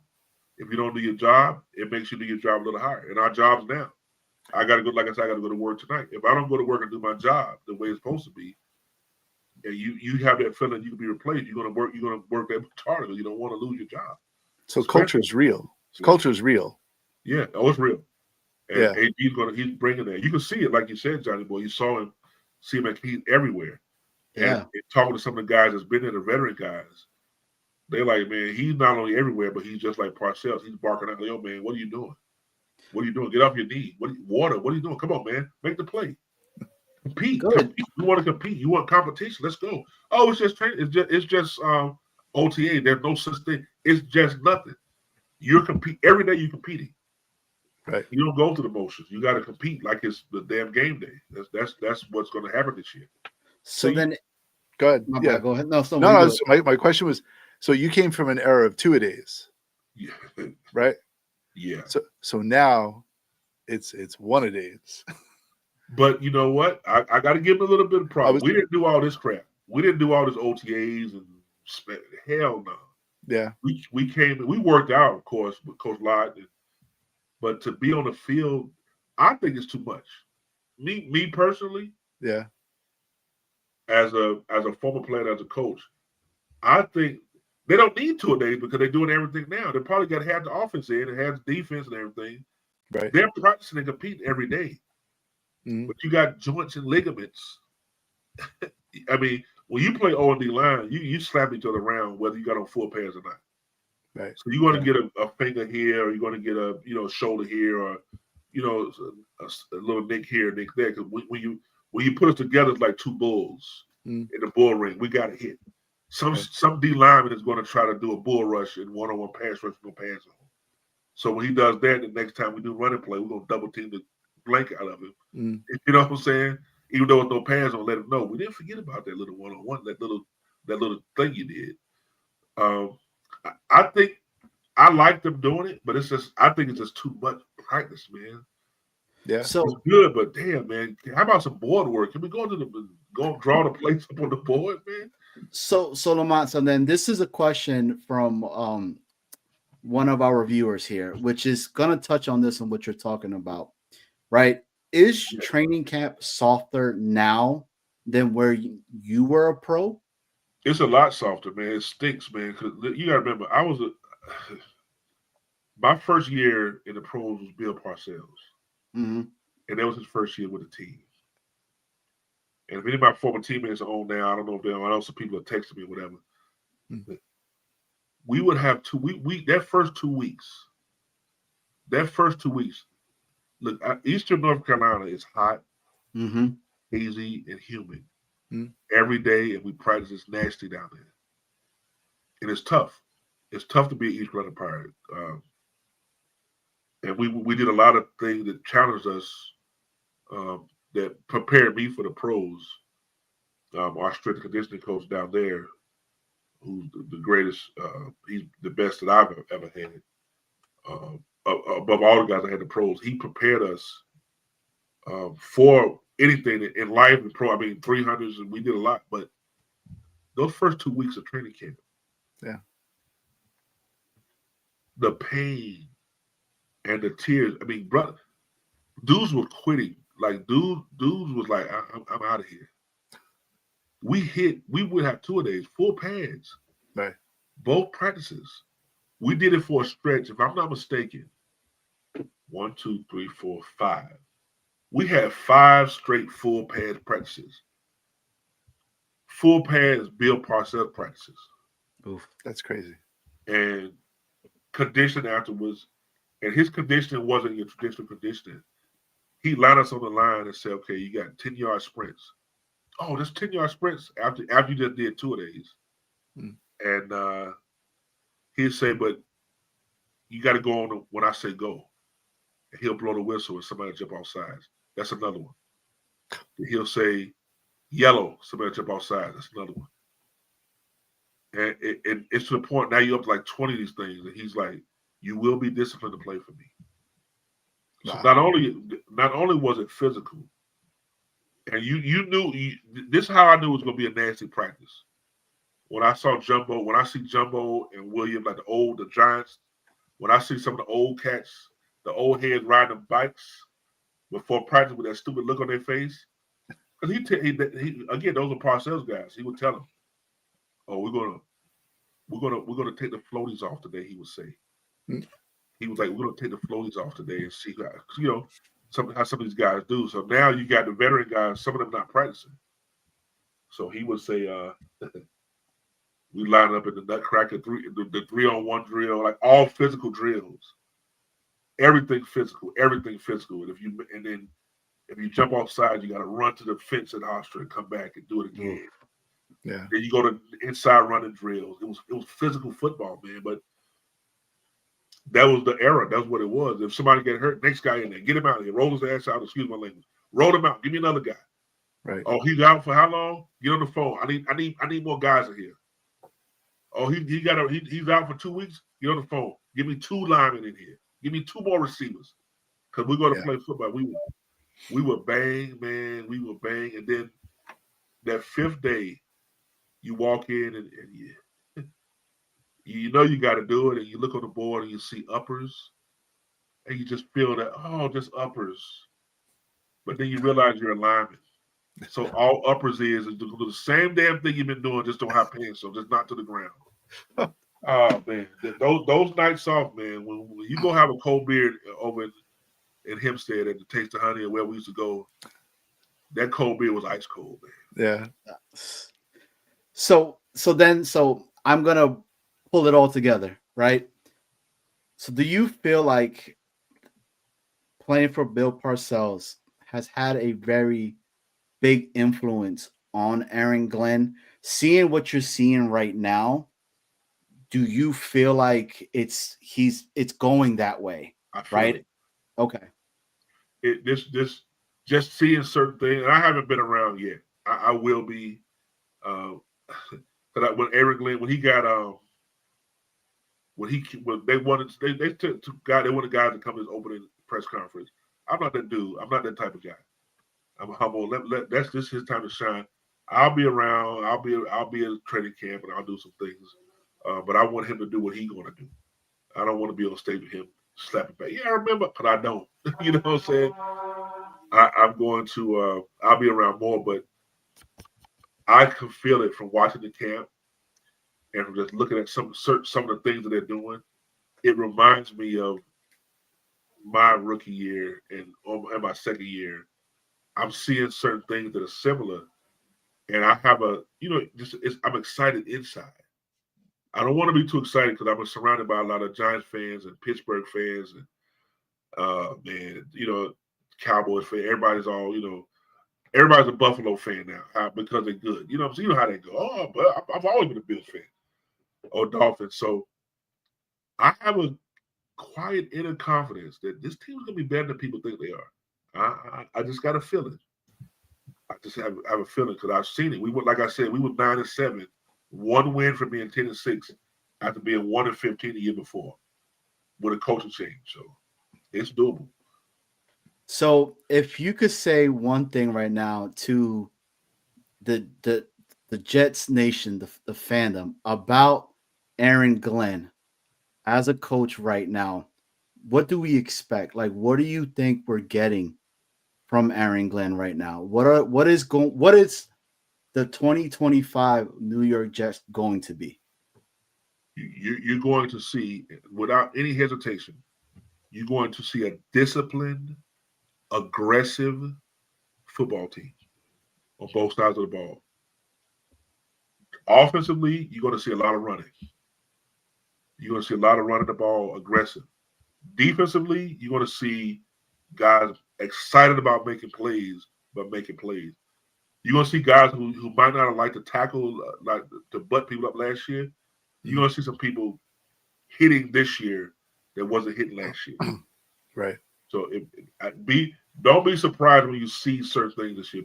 Be prepared to see a very disciplined, hard-hitting team. I'm not going to say wins and losses. Yeah. But I'm telling you, they're going to be hard-hitting, both sides of the ball, physical and disciplined.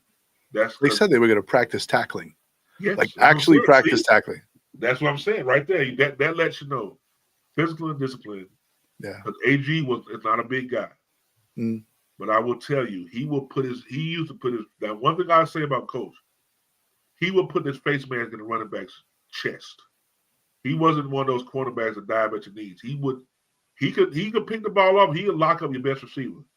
But you run a toss sweep and you get to the outside and think you got a scot free. Oh, he could put that. He a Texas boy. He gonna put that face mask on you. Right. So you mimic the coach. That's what made when he was at Detroit. They were the same type of coaches. You're gonna hit. You're gonna be disciplined. You're gonna knock the hell out of anybody line up against you that don't have your jersey, the same jersey on. That's gonna be if I could tell anybody anything, that's watch for the physical play of this year's New York Jets. Lamont, you're getting a lot of love from a lot of people in the actual show itself. I mean, this is huge right here. Shout out to Briga. Love that take by Lamont. And we really do appreciate you coming on and kind of giving us a real insight in regards to how it happened. Like, how did you start, the process of going it through into the draft? I mean, you were thinking you were going to be a Bengal and you became a Jet. Then you have Parcells talking to you. Then you're seeing the dynamic between Parcells and Belichick, seeing Mangini. I mean, the names that you were saying, right? One thing that I did really would love to, that I wanted to touch on, and you said it, that special team is the foundation.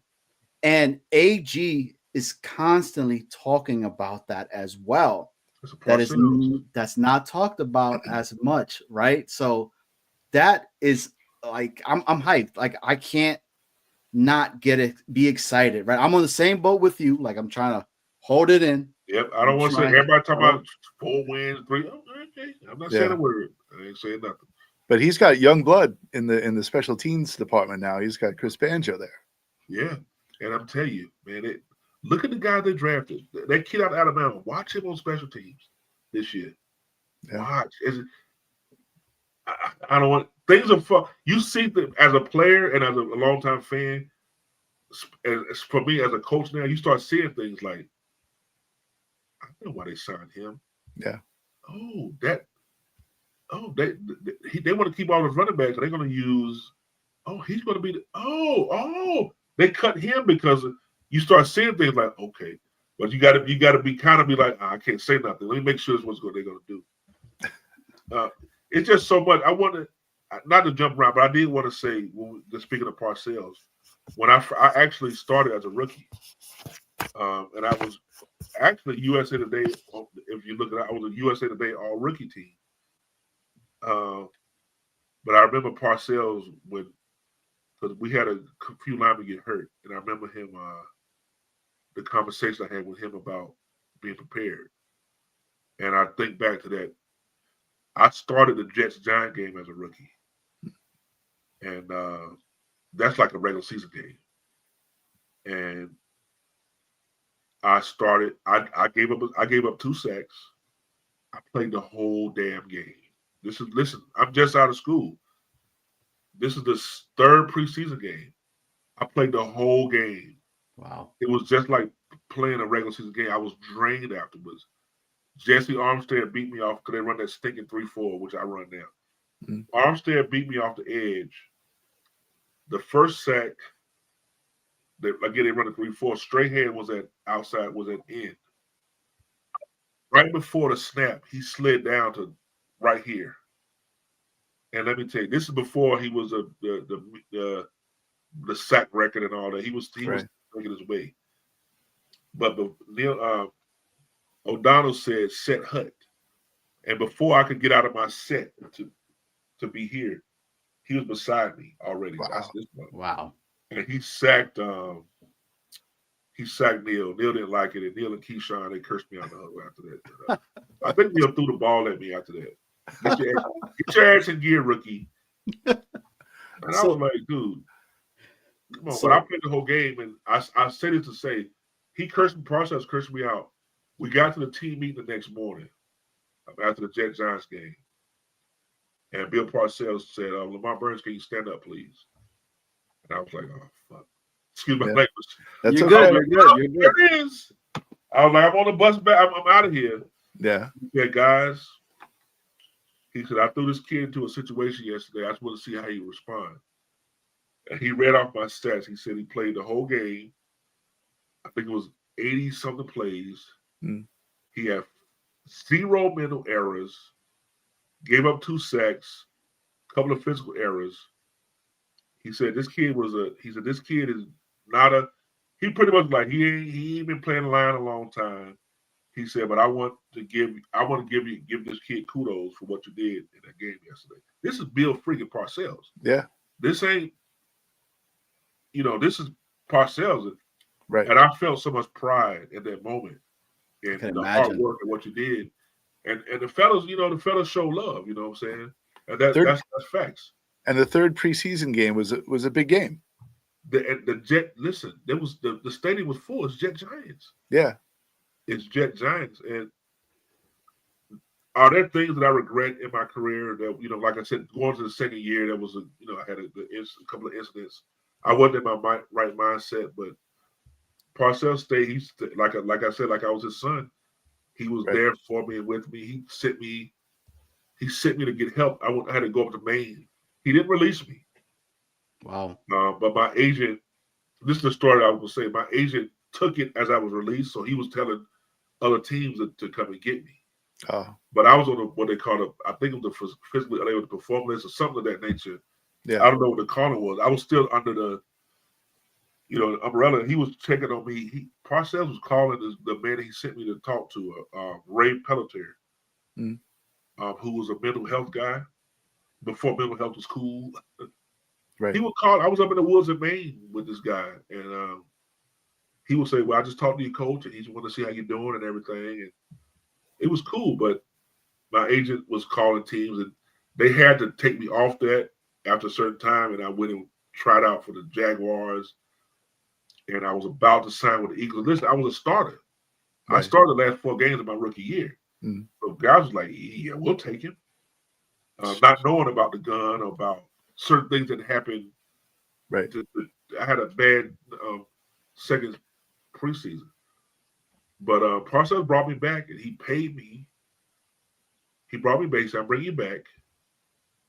They re-signed me right away before I could sign on the team. He brought me back, paid me for the weeks I wasn't there, kept my contract. Right. I don't Wow. know how I did it, but I got one big check. It was a big check. Mm. And they brought me back the fourth week. I practiced. Something was there between him and my agent. And it rubbed him the wrong way. And he called me in his office before he released me. He told me, "I don't like agents. Mm. You guys let these agents rule you." And whatever was said, I don't know the whole story, but you don't piss off Bill Parcells. And as much as it hurt him, he had to let me go for good. I ended up going to the Eagles. The Eagles signed me the next day. Right. I was with the Eagles for a while, and I went to the Commanders after that. But there was nothing like the Jets. There's no program that could. I never got the spark back. Well, the XFL got a little spark back in Oakland, Right. but I had a lot of concussions, and a lot of different. I'm jumping around because of time, but Yeah. I don't want to leave anything out. But yeah, So- he brought me back. He released me, and when I got released by the Eagles, there was discussion to bring me back again. Oh, to come back to the Jets. Parcells really liked me, and I know that, and I understand our relationship. I understand what he had to do, but I'm very appreciative of what he did for me by sending me up to Maine, Right. for that time to get my life together. That's amazing. To be because listen, who am I? He could have ran me out the door, but he took a liking to me. Right. He They appreciated. cared about you. Yeah. Yeah. So Lamont, I know your time is it's almost coming up. Are you okay if we take like a couple quick calls, just a quick Yeah, no, question? I got another about 30 minutes. I can stay up for a while. Okay. All right. All right. So well, we're gonna put the link in. Guys, you guys could come on in, ask a question and everything in regards to Lamont, what you would like to know. Lamont, this was huge. This was amazing. I really, really do appreciate you coming and speaking about mental health as well, because it's something that doesn't get talked about enough in regards to that. And for Parcells to do that, I feel like that's something that's never really talked about. Parcells, you hear that from other players that have played underneath him that love this guy and are constantly praising him because he did what he did. I mean, the thing too about this that nobody ever really talks about, you're still super young coming into the league, given this amount of money, and it's like, you got to be good. You can't do this, you can't do that type of stuff, right? And there's temptation out there, and it's going to be out there. But we got a caller in here for we're you. gonna bring Lamont. somebody in. All right. This is the only man that Johnny says can actually fix the Jets. Yep, So this yep, is definitely. This is Afram. Hey, Afram. Hey, Lamont, how are you? All right. It's one of the best interviews I've seen on these Jet creation shows. I'll tell you. Thank you. Sir. Love the stories. It's a shame your career with the Jets didn't last as long. You would probably, because you bring back memories for me back in the 97, 98 year. I've been watching the Jets since 78, but the Parcells came in, and it just, I keep preaching also, Johnny also, when you have a solid coaching staff, it makes a big difference on the team. It changes everything. My question to you is AG the type who brings in coaches based on competency or based on, I've coached with this guy, he's a buddy, I want to bring him in to help him out? Let me tell you, it's funny you asked the question, and I appreciate your kind words, sir. A lot of people because, like I said, I've been coaching a long time. We got a lot of former players that's coaching around, a lot of former Jets, and everybody thought we're going to bring the band back together. AG's trying to win, man. He's getting coaches. If you look at the coaches, some of the coaches, there's no relationship at all. They're just good at what they do. He's getting guys, he's bringing in guys that want to help the Jets win. maybe some of the fringe guys, maybe some of the pro personnel guy, or it's somebody he's very, very close with. But from what I'm seeing, I'm not seeing a lot of guys that was around that came from Detroit or came from these other. He's bringing in guys to try to win and win now. There's no, well, maybe 2 years. No, he wants to win now.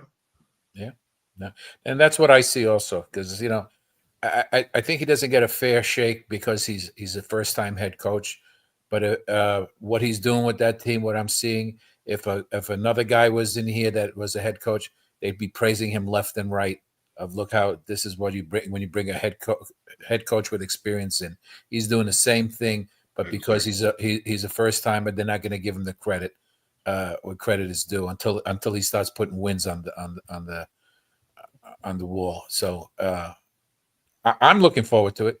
I'm excited. I don't know what to expect, but I'm seeing a lot of different things than I saw the past 5 years. It's a different mentality. And discipline. To me, discipline is everything on a team. That's the bottom line. If you look at all of Parcells' successes, and even some of the failures, it was the discipline with the issue with T.O. in Dallas. Me and T.O. had the same agent during my playing days, David Joseph. So I knew T.O. when he was just Terrell Owens, country bumpkins. But anyway, it's discipline, man. He has to have it, and when he don't have it, that's why he left New England. He wanted his type of players, his type of way, and New England was like, "Yeah, well, I want this guy. I want to keep this type of player." He said, "Well, I'll see you later. I'm out of here. I'm going to New York." What was his relationship with Belichick?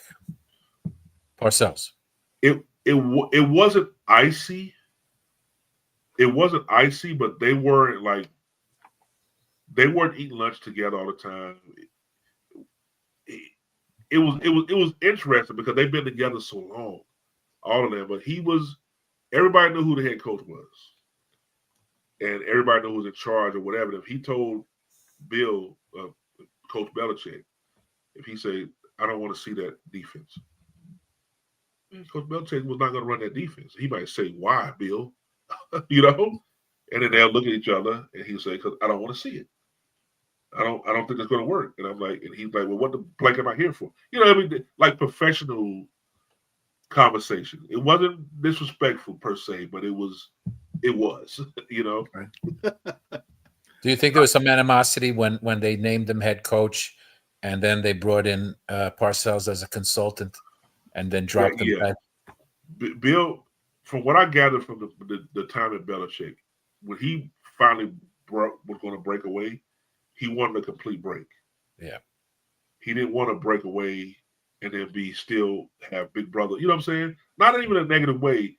And it was the same thing with Eric Mangini. When Mangini finally wanted to break away, he wanted to break away from Belichick. I learned everything I can from you, Coach. And I appreciate you, and I'll call you if I need you, but I don't want you hovering over me. So I'm going to go ahead my way. And I'm going to coach the Jets. What? You don't do that. You want to coach Jets, but I told you don't do that. Yeah. So hence that icy relationship with those two. That's when he caught him on the camera stuff. That kind of pretty put the ice on the icing on the cake when he told him, "Don't do it because I'm going to tell. I'm going to tell you." Yep. Yeah. So Afram, we appreciate you coming on. Thank you for having Lamont. Me.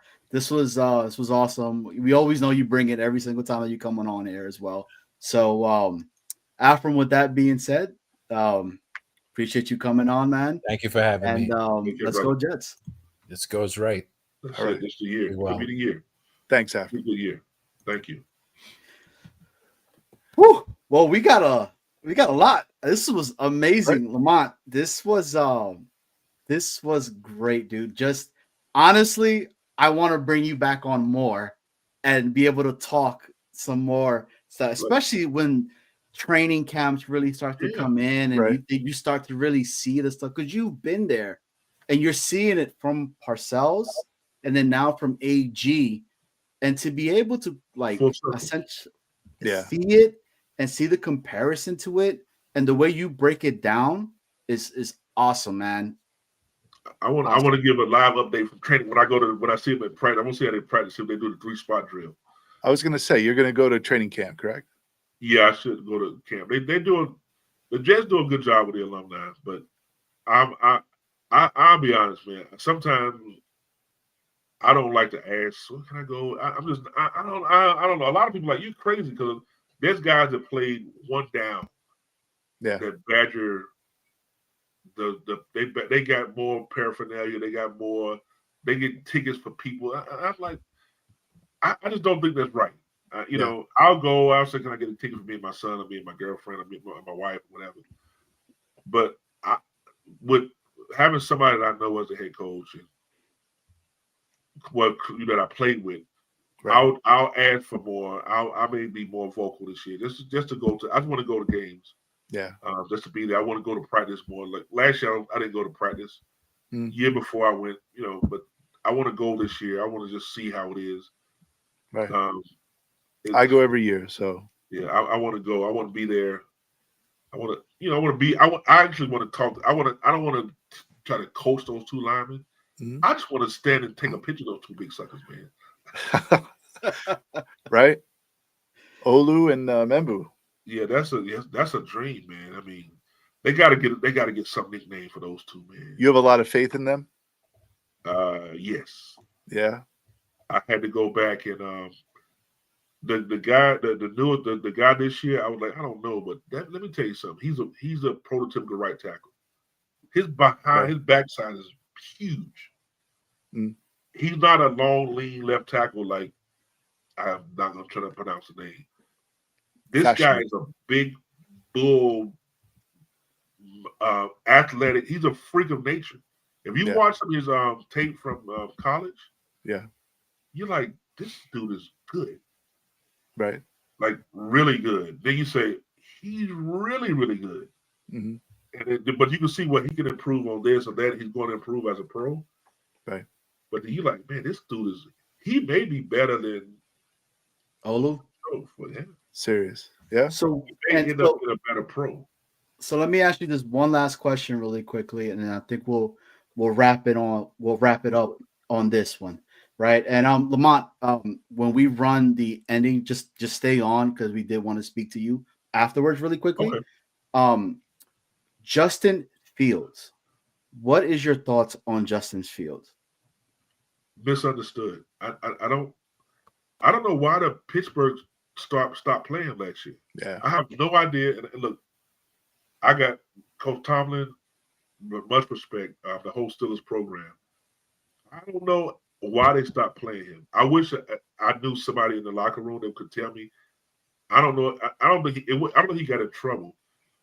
I just think the fact that Coach Tomlin is old school and he had told Russell Wilson that he's going to be the starter. Right. And even though Justin Fields was winning games with them. Yeah. He was winning the games with them what I think more talent that we have here. I think we have more talent in the backfield and we have a better receiver. And we got a 3-headed monster at running back. And like I said, they're going to run the ball. Yeah. They are going to run the ball. He's going to run the ball. I think Pittsburgh had a better chance with him last year with the way he played the game. But I guess there was some agreement with Russell. You're probably right. You're probably right. They probably would have won more games. I'm glad we pulled the switch. But I think, for the future – and for what we want to do this year, you got a young, humble guy who's still learning, and he's learning with a coach as opposed to having Rodgers here. Who I like Rodgers too, but he's an old veteran who's stuck in his ways, and he would have probably tried to manipulate AG. I think that's why that meeting didn't go so well when he came up here. Right. I think he probably was like, "Well, I'm going to do this and that and this and that," and I think AG said, "No, you're not. No, the hell you're not. And no, you're not." And I think they shook hands and they were like, "Okay, that's it." Right. Because like I said, you don't dictate, And not to AG. No, not those days are over. Whatever he got to do last year, and I'm going to do that stupid TV show and all that. Right. No, you're not. I should say stupid TV show because I do watch it, but. Well, Lamont, this has been awesome. Again, man, shout out to Snowball. getting all of this together and Thank being you. able to Thank you. bring you on. Thanks so much, man. Snowball, this was awesome, man. And hey, this has been Jets Worldwide, wide. Yeah. Lamont Right. Burns, thank you so much for coming on. Yeah. Hang out in the back. We'll be back to you in a minute. But All right. everyone, Hope to be on during the season. Maybe a few times during the season. If you yeah, that'd be nice. That'd be cool. All right. Most definitely. We'll take it out from here. We'll catch you backstage. All right. Everyone, have a good night. Take care. All right. See you.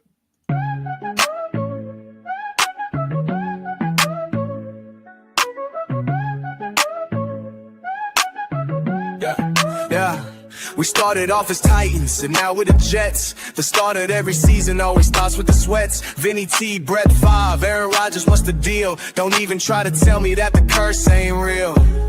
We're coming for you, run, nothing high. Snowballing Johnny Boy, it's Jets worldwide.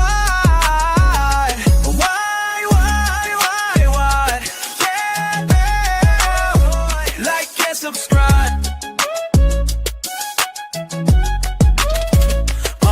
But fumble, fail, Mary, choking Fitzpatrick. The end of every season is always tragic. Doug Bryant missed, everybody got pissed. Super Bowl seasons ended with just one twist. 15 years without the playoffs. Is Aaron Glenn legit? We're the friggin' New York Jets and we're built for the shit. We're coming